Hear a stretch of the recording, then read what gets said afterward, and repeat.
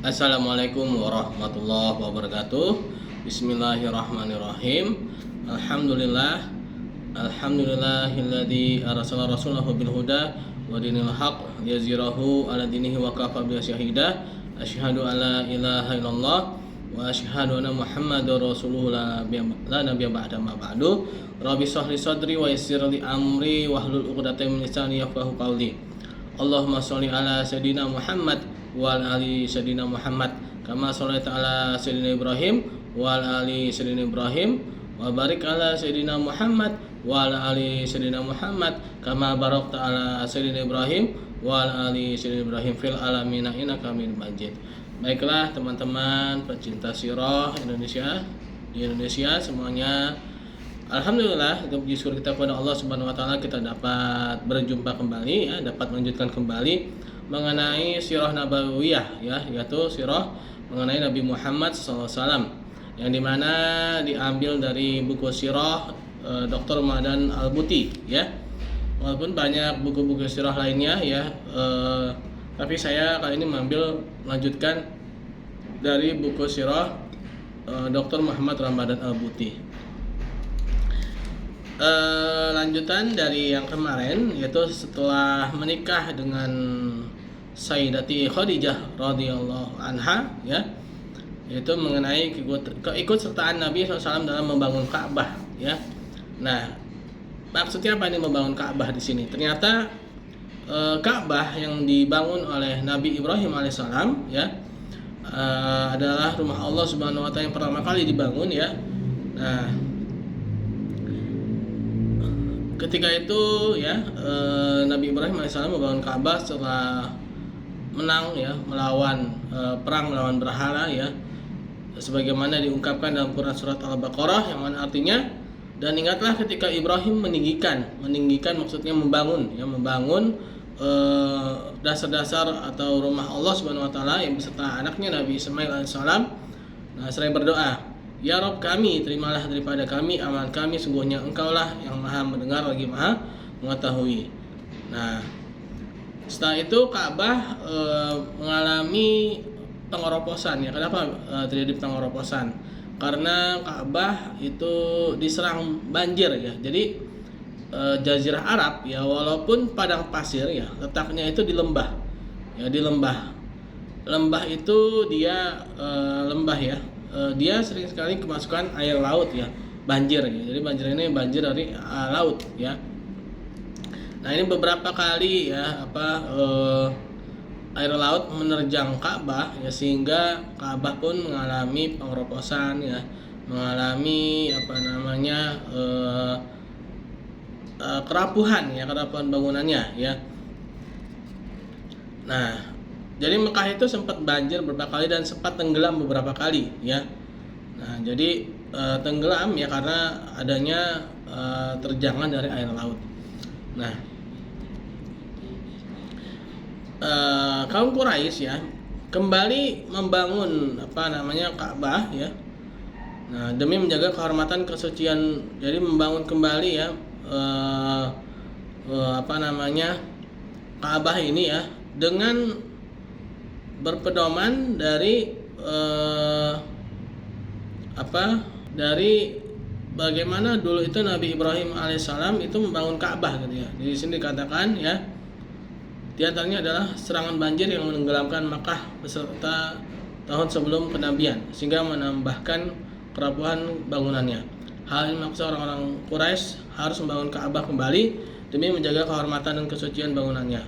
Kehormatan dan pengagungan terhadap Ka'bah merupakan sisa atau peninggalan dari syariat Ibrahim alaihissalam yang masih terpelihara di kalangan orang Arab. Ya, jadi mereka membangun kembali Ka'bah ya untuk tetap menjaga kesucian ya agama risalah yang dibawa oleh Nabi Ibrahim alaihissalam ya, yaitu agamanya itu sama, yaitu agama Islam ya. Nah, jadi Rasulullah SAW sebelum diangkat menjadi seorang Nabi dan Rasul ya, pernah ikut serta dalam pembangunan Ka'bah ya dan pemugarannya. Jadi Rasulullah pun sempat ikut ya. Nah, beliau ikut serta dalam aktif mengusung batu ya di atas pundaknya ya, menggotong-gotong batu ya. Nah, pada usia 35 tahun ya, itu adalah yang paling sahih, itu usia 35 tahun. Nah, Imam Bukhari rahimahullah meriwayatkan di dalam sahihnya dari hadis Jabir bin Abdullah radhiyallahu anhu, ia berkata ketika Ka'bah dibangun, Nabi SAW dan Abbas pergi mengusung batu. Abbas berkata kepada Nabi SAW, singkirkan kainmu di atas lutut. Nah, jadi Rasulullah itu disuruh mengangkat kain sarungnya kalau kita ya. Nah, ya satu ya kalau kita wudhu ya, biasanya bapak-bapak itu ya, itu kan kadang-kadang kalau wudhu itu suka diangkat itu ya, sehingga lututnya itu kelihatan ya. Nah, lutut ya ini adalah bagian aurat dari laki-laki ya. Jadi aurat laki-laki itu kan dari pusar sampai dengan lutut ya, sampai dengan dengkul ya, dengkul. Nah, ketika itu Rasulullah akan menaikkan kainnya ya. Tapi tiba-tiba saja ya Rasulullah itu terjerembab ya, jatuh gitu ya. Nah, jadi ceritanya ini ya, ini banjir ya, ini banjir. Nah, lagi banjir nih ya. Nah, maksudnya Abbas radhiyallahu anhu itu jadi menyuruh Rasulullah ya agar bajunya itu nggak basah gitu ya, agar baju beliau itu tidak basah terkena banjir ya. Nah, Rasulullah SAW ya lalu hendak mengangkat kainnya ya, mengangkat kainnya agar tidak basah dan mengikat ya, diikat agar tidak basah. Nah, tapi di luar dugaan ternyata Allah Subhanahu wa taala menjaga beliau ya. Menjaga aurat beliau agar tidak terbuka ya. Sehingga beliau pun terjerembab ya. Nah, terjerembab ya. Sampai akhirnya Rasulullah pun akhirnya nggak jadi ya kalau tidak salah ya. Tidak jadi diangkat kainnya ya. Nabi SAW memiliki pengaruh besar ya dalam menyelesaikan kemelut. Nah, ini terjadi kemelut dalam peletakan batu Hajar Aswad ya. Nah, jadi batu Hajar Aswad itu ketika Ka'bah dibangun kembali itu akan ditaruh kembali ya ke tempatnya semula. Itu terjadi kemelut. Kemelut itu terjadi perselisihan yang mana hampir saja terjadi peperangan ya, hanya karena ingin mengembalikan batu Hajar Aswad itu ke tempatnya semula. Nah, sampai akhirnya Rasulullah SAW pun ya yang membuat keputusan ya. Ternyata keputusan beliau ini Masya Allah ya. Ternyata keputusan beliau itu Masya Allah benar-benar diterima oleh semua kalangan ya, yaitu batu Hajar Aswad itu diletakkan di tengah-tengah kain ya, yang mana kainnya itu masing-masing ujung kain dipegang oleh pemimpin-pemimpin suku ya masing-masing ya. Nah, ketika sudah digotonglah batu Hajar Aswad itu sampai ke dekat Ka'bah ya, dan Rasulullah pun yang menaruh batu itu ke Ka'bah kembali ya. Nah, ini beberapa ibrah. Nah, jadi memang salah satu kelebihan ya sirah yang ditulis oleh Dr. Muhammad Ramadan Al-Buti ya, ini adalah adanya ibrah. Walaupun sekarang ini sudah ada fikih sirah ya. Nah, sebenarnya ini fikih sirah juga ya, ini yang pertama kali membuat sirah dengan ada penjelasan atau ada fikihnya. Ini adalah yang ditulis oleh Dr. Muhammad Said Ramadan Al-Buti ya. Sekarang sebenarnya banyak ya yang ada penjelasannya ini ya. Nah, ini beliau adalah yang pertama kali ya, pionir ya, pertama kali adanya fikih sirahnya ya. Nah, ada beberapa ibrah. Pertama itu tentang pentingnya kemuliaan ya dan kesucian Ka'bah ya yang telah ditetapkan oleh Allah Subhanahu wa taala. Nah, cukuplah sebagai dalilnya bahwa orang yang mendirikan dan membangun adalah Ibrahim, kekasih Allah, dengan perintah dari Allah supaya menjadikan rumah pertama untuk menyembah Allah semata sebagai tempat berkumpul dan tempat yang aman bagi manusia. Nah, tapi ini tidak berarti bahwa Ka'bah memiliki pengaruh terhadap orang-orang yang tahu sekitarnya atau orang-orang yang i'tikaf di dalamnya. Ka'bah kendati pun memiliki kesucian dan kekudusan ya, kesucian di sisi Allah adalah batu yang tidak dapat memberikan bahaya dan manfaat. Tetap saja ya, Ka'bah itu adalah pemersatu arah kiblat ya. Memang Ka'bah ini adalah rumah yang pertama kali dibangun oleh Nabi Ibrahim AS ya, untuk sebagai rumah Allah, maksudnya sebagai tempat berkumpulnya orang-orang yang beribadah ya. Tapi bukan berarti juga Ka'bah ini bisa menjamin orang-orang yang di sekeliling Ka'bah ini ya, ini pasti langsung jadi solih, enggak. Atau perbuatan-perbuatan haram ya yang dilakukan di sekeliling Ka'bah ini langsung jadi halal? Enggak juga, ya. Nah, tidak juga, ya. Nah, karena terjadi penyimpangan-penyimpangan juga, ya, yang dilakukan oleh orang-orang kafir Quraisy ketika itu, ya. Penyimpangannya yaitu apa? Mereka mengubah-ubah, ya. Mereka mengubah-ubah ibadah yang biasa dilakukan oleh Nabi Ibrahim alaihissalam, ya, dan anaknya Nabi Ismail alaihissalam, ya, dan Hajar, ya, Siti Hajar, ya, yang Hajar atau itu. Nah, ini diubah-ubah oleh mereka, ya, seperti kalimat talbiyah, ya, itu diubah-ubah, ya, pernah saya jelaskan ya pada bagian sebelumnya, ya. Nah, itu diubah-ubah oleh orang-orang Quraisy, ya, oleh orang-orang Jazirah Arab ketika itu. Nah, diubah-ubah, kenapa? Karena mereka sudah mulai merasakan penurunan keimanan mereka, ya, penurunan keimanan mereka. Jadi Ka'bah walaupun sebagai alat pemersatu kiblat umat Islam, ya, bukan berarti juga langsung bisa menjamin segala perbuatan yang sekelilingnya itu pasti halal, enggak, ya. Nah, ya kembali lagi, ya, kepada orang-orang di sekeliling Ka'bah itu, ya, mereka menjalankan syariat Islam atau tidak, gitu, ya. Mereka menjalankan syariat yang telah diajarkan oleh Nabi Muhammad SAW atau tidak, ya. Nah, jadi jaminan kehalalan dan keharaman itu adalah haknya Allah Subhanahu wa taala, hak prerogatif, ya, Allah Subhanahu wa taala, ya. Allah lah yang menetapkan halal dan haram, ya. Halal dan haram itu terletak pada substansinya, bukan pada bukan pada hanya pada embel-embelnya. Ya mungkin, ya, hidayah itu memang pasti turunnya di tempat-tempat yang memang Allah Subhanahu wa taala ridhoi, seperti masjid gitu, ya. Mungkin di Mekah, ya. Itu memang tempat-tempat yang bisa memancing hidayah turun, tapi tergantung lagi pada bagaimana perbuatannya, ya, bagaimana perbuatan orang-orang yang di sana, ya, bagaimana perbuatan orang-orang yang di dalam masjid, bagaimana perbuatan orang-orang yang di Mekah, yang di Madinah, ya. Kalau perbuatannya itu mereka bikin pesta, perbuatannya itu mereka hura-hura, perbuatannya itu mereka dugem, ya, yang akan turun hidayah juga di sana, ya. Hidayah juga tidak akan bisa turun, ya. Bukan berarti kalau misalkan perbuatan haram dugem gitu, ya, dilakukan di Madinah langsung jadi halal. Enggak, tetap haram, ya. Mabuk-mabukan, minum-minuman keras, ya, dilakukan di Mekah menjadi halal. Enggak, tetap aja haram, ya, tetap saja haram, ya. Nah, jadi lanjutkan, ya. Ketika Allah Subhanahu wa taala mengutus Ibrahim untuk menentukan berhala-berhala dan para togut, menghancurkan rumah-rumah peribadatannya, menyiapkan rambu-rambu dan menghapuskan penyembahannya, Allah menghendaki agar dibangun, ya, di atas bumi ini hanya ada satu bangunan, ya, yang menjadi lambang pentauhidan dan penyembahan Allah SWT.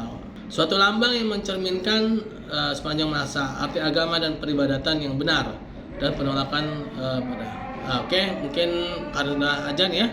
Kita lanjutkan lagi nanti. Terima kasih atas perhatiannya. Assalamualaikum warahmatullahi wabarakatuh. Oke, baiklah. Assalamualaikum warahmatullahi wabarakatuh. Kita lanjutkan kembali, ya, mengenai keikutsertaan Nabi SAW dalam membangun Ka'bah, ya.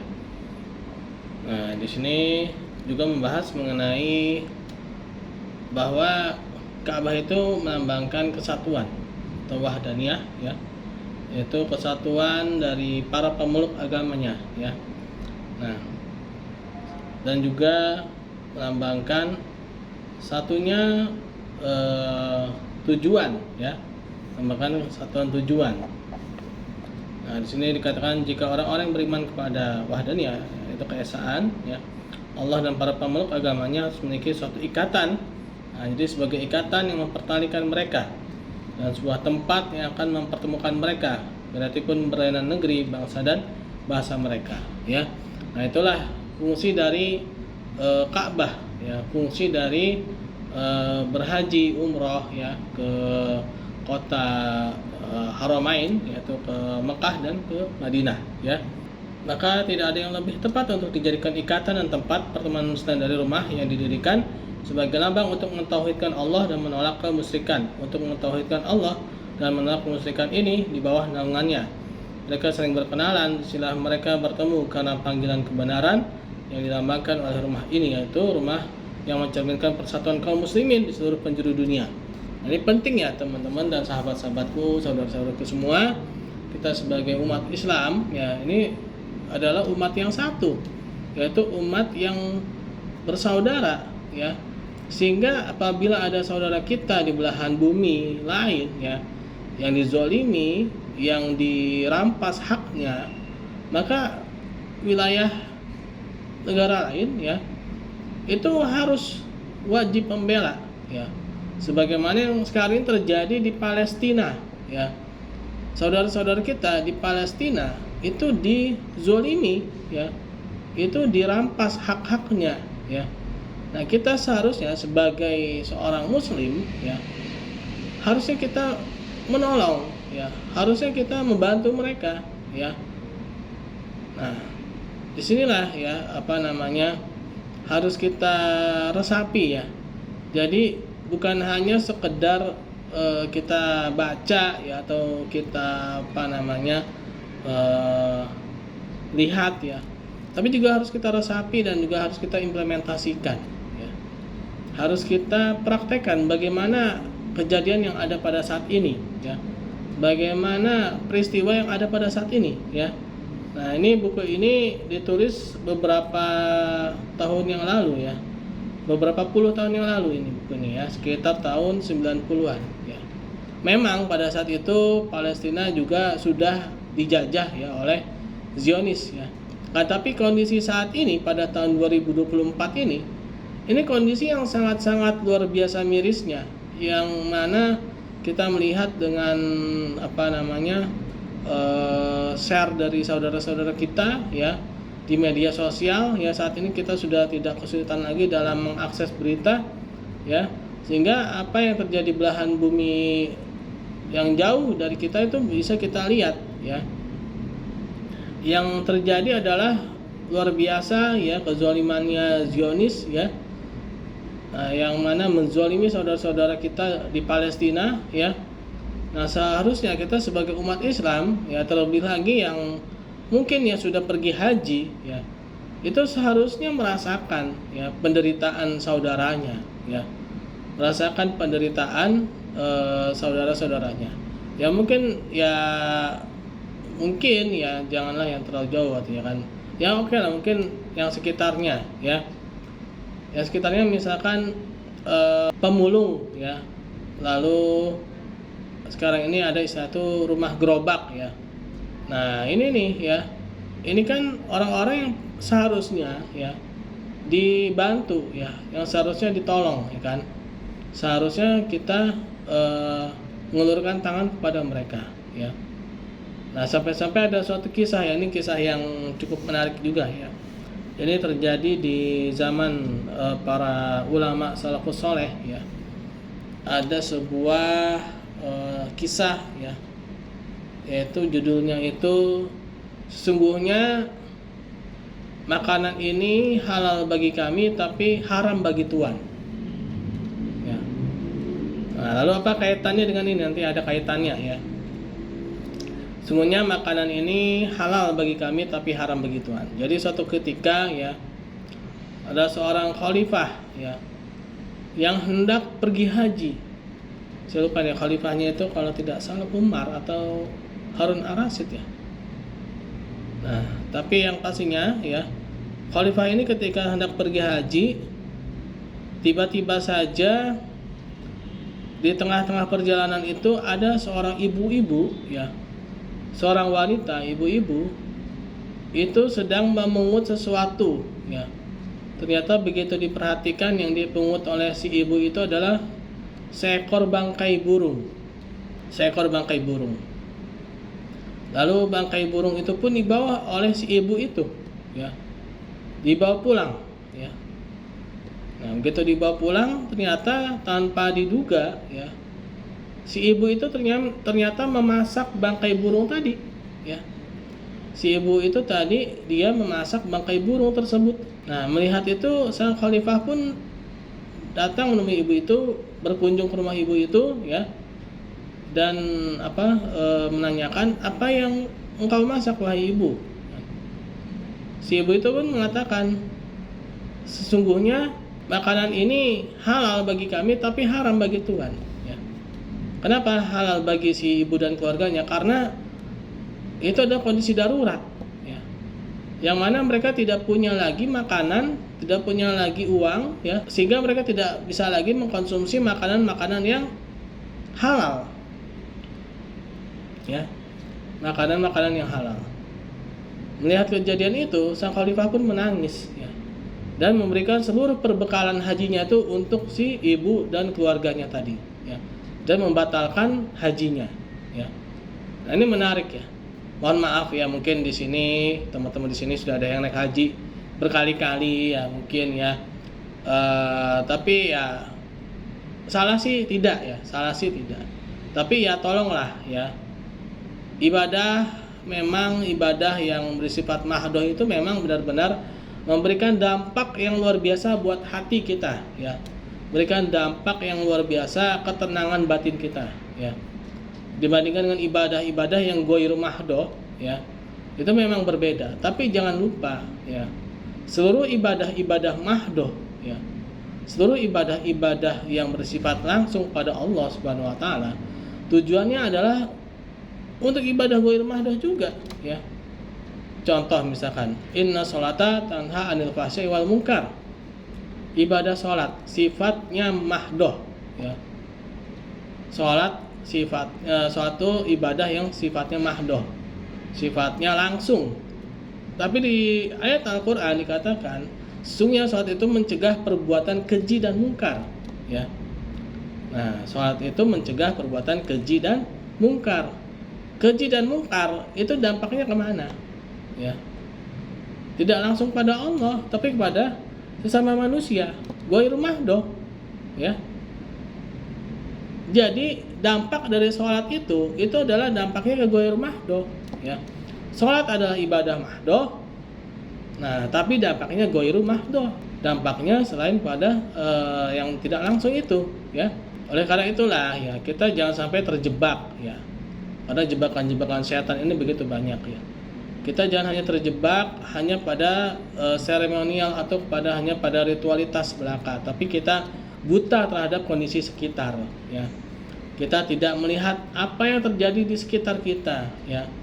Kita hanyut dalam ibadah-ibadah kita hanyut dalam lingkungan-lingkungan yang alim-alim kita, tapi kita tidak melihat bagaimana di luar sana ternyata begitu banyak umat Islam yang kelaparan, begitu banyak umat Islam yang menjadi gelandangan. Ayolah ya, kita ini adalah umat yang satu ya. Kita ini adalah umat yang bagaikan satu tubuh ya dikatakan. Nah, jadi seperti itu ya, sebagai seharusnya meresapi gitu ya, sebagai satu kesatuan. Ya, kita melihat bagaimana ketika berhaji ya, kita harusnya makin kuat rasa persaudaraan kita ya. Rasa persaudaraan kita seharusnya makin lama semakin kuat, karena melambangkan persatuan ya. Harusnya kita melihat bagaimana saudara-saudara kita yang kekurangan ya. Bagaimana saudara-saudara kita yang mereka mungkin ya setiap harinya berpuasa padahal bukan bulan Ramadan ya. Bahkan lebih parahnya lagi, di bulan Ramadan mereka tidak berbuka. Nah, dosa itu ya, yang mohon maaf ya, yang tiap tahunnya mungkin pergi haji atau umroh ya, tapi tidak melihat yang seperti itu ya. Buat apa ya, mohon maaf ya, buat apa pergi haji umroh ya, tapi buta terhadap lingkungannya ya. Jangan dipotong ya, tapi pelintir lagi. Nah, ini ya, dalam Quran surat Al-Baqarah ayat 125 ya, yang artinya, dan ingatlah ketika kami menjadikan rumah itu Baitullah, tempat berkumpul bagi manusia dan tempat yang aman, dan jadikanlah sebagai sebagian makam Ibrahim tempat sholat ya. Nah, makna inilah dirasakan oleh setiap orang yang melakukan tawaf di Baitul Haram. Jika ia telah memahami arti ubudiyah kepada Allah dan tujuan melaksanakan perintah-perintahnya, baik karena sebagai perintah yang harus dilaksanakan ataupun karena sebagai seorang hamba yang berkewajiban mematuhi perintah. Di sinilah nampak kekudusan kesucian Ka'bah dan keagungan kedudukannya di sisi Allah. Dari sini pula terasa perlunya menunaikan haji dan tawaf di sekitarnya, ya. Nah, ini ya, jadi Ka'bah itu adalah penting untuk disucikan, ya, dimuliakan, ya. Nah, tapi jangan salah, ya, jangan sampai ada anggapan wah ini tempat suci, pasti semua perbuatan akan dianggap suci. Tidak, ya, sekali lagi tidak, ya. Walaupun itu tempat suci, tapi kalau kita bermaksiat di situ, tetap aja bermaksiat, ya, tidak akan menjadi ibadah, tidak akan, ya. Memang hidayah itu akan turun di tempat-tempat seperti itu, tapi ya bukan berarti juga kalau kita bermaksiat di tempat itu tetap akan mendapatkan hidayah, tidak, ya. Ya tetap akan dapat laknat, ya. Nah, alasan kedua, ya, menyangkut beberapa kali peristiwa perusakan dan pembangunan Ka'bah. Nah, di sepanjang masa Ka'bah pernah dibangun 4 kali, ya, tanpa diragukan lagi. Akan halnya ada beberapa perselisihan pendapat, ya. Nah, pembangunan Ka'bah pertama kali adalah dilakukan oleh Ibrahim alaihissalam yang dibantu oleh anaknya Ismail alaihissalam atas perintah Allah. Nah, ini ada dalam Al-Qur'an, ya. Walaupun ada yang mengatakan yang pertama kali membangun Ka'bah adalah malaikat, ya, tapi itu tidak ada dasar dalilnya, ya. Yang ada dasar dalilnya itu adalah Nabi Ibrahim alaihissalam dan Nabi Ismail alaihissalam, karena itu ada dalam Al-Quran surat Al-Baqarah ayat 127. Ya, jadi segala sesuatu, ya, dalam agama ini, ya, yang menyangkut ibadah-ibadah yang langsung, ya, itu semuanya harus ada dalil, ya, itu semuanya harus ada dalilnya. Dalilnya apa? Al-Quran dan hadis, ya, dan itu kedua-duanya tidak akan saling bertentangan, ya. Nah, ini dalam Quran surat Al-Baqarah Allah Subhanahu wa taala berfirman, ya, surat Al-Baqarah ayat ke-127. A'udzubillahi minasyaitonir rajim. Wa idh yarfa'u Ibrahimul qawaida minal baiti wa Ismaila rabbana taqabbal minna innaka antas samiul alim, ya. Dan ingatlah ketika Ibrahim meninggikan membina dasar-dasar Baitullah beserta Ismail berdoa, ya Rabb kami, terimalah daripada kami amalan kami, sesungguhnya Engkaulah yang Maha mendengar lagi Maha mengetahui. Quran surat Al-Baqarah 127. Imam Bukhari meriwayatkan dengan sanadnya dari Ibnu Mas'ud radhiyallahu anhu. Nah, ini dari hadis. Kemudian Ibrahim berkata, hai Ismail, sesungguhnya Allah Subhanahu wa taala memerintahkan aku untuk melakukan sesuatu perkara. Ismail alaihissalam berkata, lakukanlah apa yang diperintahkan oleh Rabbmu. Ibrahim alaihissalam bertanya, kamu akan membantuku? Ismail alaihissalam menjawab, ya, aku akan membantumu. Ibrahim alaihissalam berkata, sesungguhnya Allah memerintahkan aku agar membangun rumah Ka'bah di sini selain menuju ke bukit di sekitarnya. Nabi SAW bersabda, pada saat itulah keduanya membangun dasar-dasar Ka'bah, kemudian Ismail alaihissalam mengusung batu dan Ibrahim membangunnya, ya. Nah, jadi jelas di sini ketika itu belum ada bangunan, ya. Imam Mazhar Qasim mengutip, ya, dari sejarah Mekah karangan Al-Azraqi bahwa Nabi Ibrahim AS membangun Ka'bah dengan tinggi 7 depa, dalamnya ke bumi, ya, 30 depa. Jadi tingginya tuh 7 depa, dalam ke buminya tuh 30 depa, dan lebarnya 20 depa tanpa atap. As-Suhaili menceritakan bahwa tingginya 9 depa. Menurut penulis Dr. Ramadan Al-Buti, ya, riwayat As-Suhaili lebih tepat daripada riwayat Al-Azraqi, ya. Pembangunan Ka'bah yang kedua ialah yang dilakukan oleh orang-orang Quraisy sebelum Islam, di mana Nabi SAW ikut serta dalam pembangunannya. Nah, ini ketika yang tadi, ya, sebagaimana telah kami sebutkan, mereka membangun dengan tinggi 18 depa, dalamnya 6 depa, dan beberapa depa mereka biarkan di Hijr Ismail. Menyangkut hal ini, Rasulullah SAW pernah bersabda dalam sebuah riwayat Aisyah, wahai Aisyah, kalau bukan karena kaummu masih dekat dengan masa jahiliyah, niscaya aku perintahkan untuk membongkar dan membangun Ka'bah. Kemudian aku memasukkan kepadanya apa yang pernah dikeluarkan darinya. Aku perdalam lagi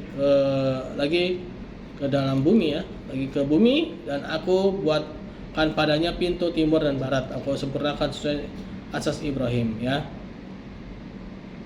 Nah, jadi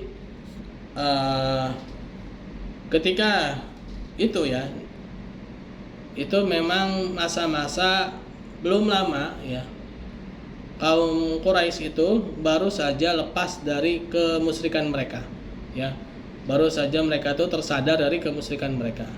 Nah, di sini Rasulullah SAW, ya, mengatakan, ya, beliau bersabda, seandainya saja nih, ya, kalau nih orang Quraisy ini, mereka ini seandainya saja nih mereka ini udah lama sadar gitu, ya, mereka udah lama sadar ini Ka'bah udah saya rombak, gitu ya. Artinya apa? Artinya jangan sampai ada anggapan, ya, bahwa Ka'bah ini hanya bangunan biasa, gitu ya. Jangan sampai ada anggapan, ya, Ka'bah ini hanya bangunan-bangunan biasa yang bisa yang bisa dirombak kapanpun, gitu ya. Nah, artinya Rasulullah SAW itu ingin menjaga istilahnya itu kesucian, ya, semacam bahasa kita mungkin mindset, ya, agar mindset orang-orang Quraisy itu menganggap Ka'bah ini adalah sebagai pusat ketauhidan, ya, adanya kesucian, ya, sehingga jangan sampai terlalu mudah untuk dibongkar dan dipasang kembali, gitu ya. Nah, pembangunan Ka'bah yang ketiga ialah setelah mengalami kebakaran di masa Yazid bin Muawiyah. Nah, ini ketika tentara-tentara dari penduduk Syam menyerangnya, ya. Nah, para tentara tersebut atas perintah Yazid mengepung Abdullah bin Zubair di Makkah di bawah pimpinan Al-Hasim bin Numair As-Sakuni pada akhir tahun 36.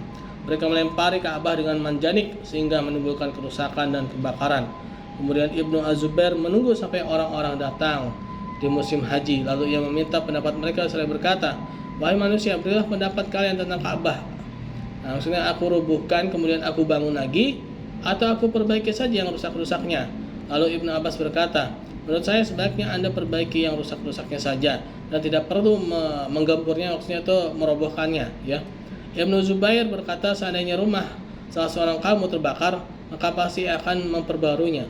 Apalagi ini rumah Allah. Sungguhnya saya sudah 3 kali istikharah pada Allah, kemudian bertekad untuk melaksanakan keputusanku." Jadi dibongkar, ya, oleh Abdullah bin Zubair, ya, lalu dibangun kembali, ya, karena terlalu parah kerusakannya, ya.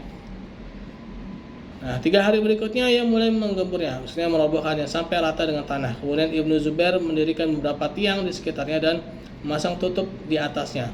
Kemudian mereka mulai meninggikan bangunannya. Ia tambahkan 6 depak pada bagian yang pernah dikurangi. Ia tambahkan panjangnya 10 depak dan dibuatnya 2 pintu masuk dan pintu keluar. Ibnu Zubair berani memasukkan dikasih pintu karena memang ada dalil hadisnya, ya. Nah, ada hadisnya Rasulullah itu, ya.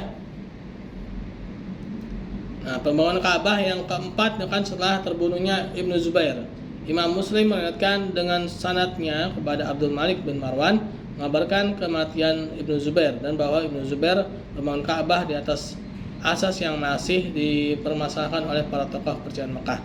Kemudian Abdul Malik menjawabnya melalui surat, "Kami tidak bisa menerima tindakan Ibnu Zubair menyangkut tambahan panjangnya masih dapat ditolerir, tapi menyangkut tambahan hijr Ismail hendaklah dikembalikan kepada bangunannya semula, dan tutuplah pintu yang dibukanya, maka dibongkarlah Ka'bah kembali dan dibangun kembali." Ya, jadi dihilangkan pintunya dan lebih dikecilkan, ya. Dikatakan bahwa Ar-Rasyid pernah bertekad akan membongkar Ka'bah dan membangun kembali, ya, Khalifah Harun Ar-Rasyid, ya, membangun kembali sebagaimana bangunan Ibnu Zubair, ya, tapi dicegah oleh Malik bin Anas, ya. Kenapa? Nah, ini, ya, khawatir nanti anggapan kesuciannya ini hilang, ya. Misalnya mindsetnya itu, ya, "Wahai Amirul Mukminin, janganlah rumah ini dijadikan permainan oleh para raja sesudahmu, ya. Janganlah setiap dari mereka mengubahnya sesuka hatinya, karena tindakan tersebut akan menghapuskan wibawa rumah ini dari hati manusia." Kemudian Ar-Rasyid membatalkan niatnya, ya. Nah, itulah 4 kali pembangunan Ka'bah yang dapat diyakini kebenarannya. Adapun pembangunannya sebelum Ibrahim AS, ya, maka masih diperselisihkan, ya, apakah Ka'bah itu sudah ada dibangun oleh malaikat katanya, tapi itu wallahu alam, ya. Yang ketiga, kebijaksanaan Nabi SAW dalam menyelesaikan masalah. Nah, ini penting ya sebagai seorang pemimpin ya, jangan sampai kita itu membeda-bedakan anak buah kita ya, jangan sampai kita itu terlihat adanya keistimewaan kepada anak buah kita yang salah satu dengan satu lainnya ya. Tetap ketika di depan umum ya, kita harus menganggap mereka itu sama gitu ya. Nah, ini yang dilakukan oleh Rasulullah SAW ya. Ketika itu batu Hajar Aswad ya akan diletakkan kembali dan Rasulullah itu berhasil menyatukan mereka ya. Nah, sebagai seorang pemimpin, walaupun ketika itu Rasulullah SAW itu belum dianggap sebagai diangkat ya sebagai nabi dan rasul ya, itu tapi beliau itu sudah secara tidak langsung dianggap sebagai pemimpin dan mereka pun ridho dengan kepemimpinan beliau ya, dan mereka pun ikhlas menerima ya kalau yang memutuskan itu adalah Nabi Muhammad SAW ya. Nah, itulah ya sebagai salah satu kelebihan ya yang ada pada diri Rasulullah SAW. Nah, itu ya, jadi adanya kecerdasan dan adanya wibawa ya. Keempat, ketinggian kedudukan Nabi SAW di kalangan tokoh Quraisy dari berbagai tingkatan kelasnya ya. Nah, ini ya, dari berbagai lapisan Rasulullah SAW, walaupun beliau ketika itu belum diangkat menjadi Nabi dan Rasul, tapi beliau itu sudah sangat dihormati dan bahkan disegani. Kenapa? Karena sikap dan sifat beliau yang sangat terpuji ya. Nah, oke, mungkin itu saudara-saudaraku semua pembahasan kita pada hari ini. Terima kasih atas perhatiannya. Kita tutup kembali dengan doa subhanakallahumma wa bihamdi subhanakallahumma wa bihamdika asyhadu alla ilaha illa anta astaghfiruka wa atubu ilaik. Assalamualaikum warahmatullahi wabarakatuh.